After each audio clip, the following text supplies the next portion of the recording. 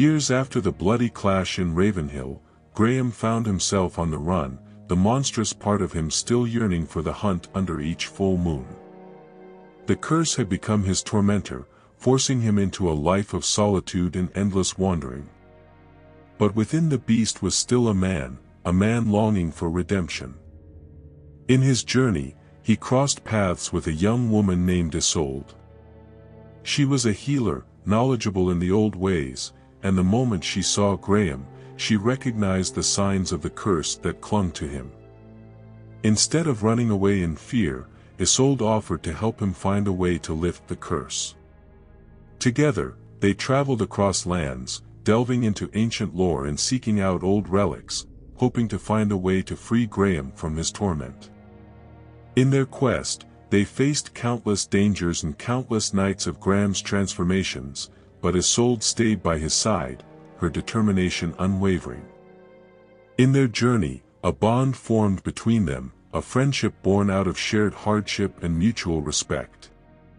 Isolde became Graham's anchor, her presence keeping him grounded even when the beast threatened to take over. And Graham, in turn, found a sense of purpose in their quest, a glimmer of hope that he might finally find redemption. Their search led them to an ancient druidic stone circle said to possess the power to cleanse curses. As the next full moon approached, they prepared for the ritual that could either free Graham or doom him forever. However, they were not alone. Drawn by the power of the full moon, a pack of werewolves descended upon them, their eyes glowing with a predatory hunger. Graham and Isolde found themselves surrounded, their hopes for a peaceful ritual shattered. With the full moon rising, Graham felt the transformation taking hold. He fought against it, his eyes meeting Isolde's. He saw fear in her eyes, but also a glimmer of hope. He made a decision then, a desperate last attempt to protect the one person who had stood by him. As the transformation completed, Graham turned not on Isolde, but on the approaching pack. He fought with all the strength and ferocity the curse granted him, drawing the attention of the pack away from Isolde. He was outnumbered and outmatched, but he did not falter. The battle was brutal, the silent night filled with snarls and howls.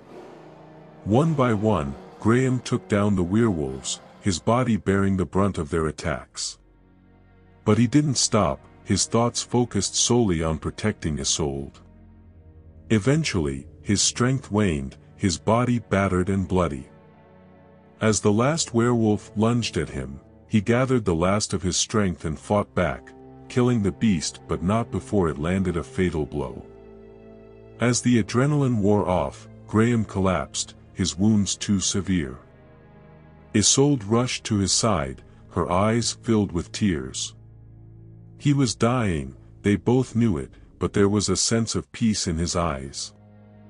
With his last breaths, he looked at Isolde and managed a weak smile. "Thank you," he whispered, his voice barely a rasp. "For believing in me." His eyes held hers until they slowly dimmed, his body growing still. Isolde wept for her fallen friend, her heart heavy with loss. But amidst her grief, she knew that Graham had finally found his redemption. He had died not as a beast, but as a man who had sacrificed himself to protect the one he cared about. Graham's journey had been filled with pain and torment, but in the end, he had found peace. His life had been marred by the curse of the werewolf, but his death was a testament to his humanity. He had died a hero, a friend.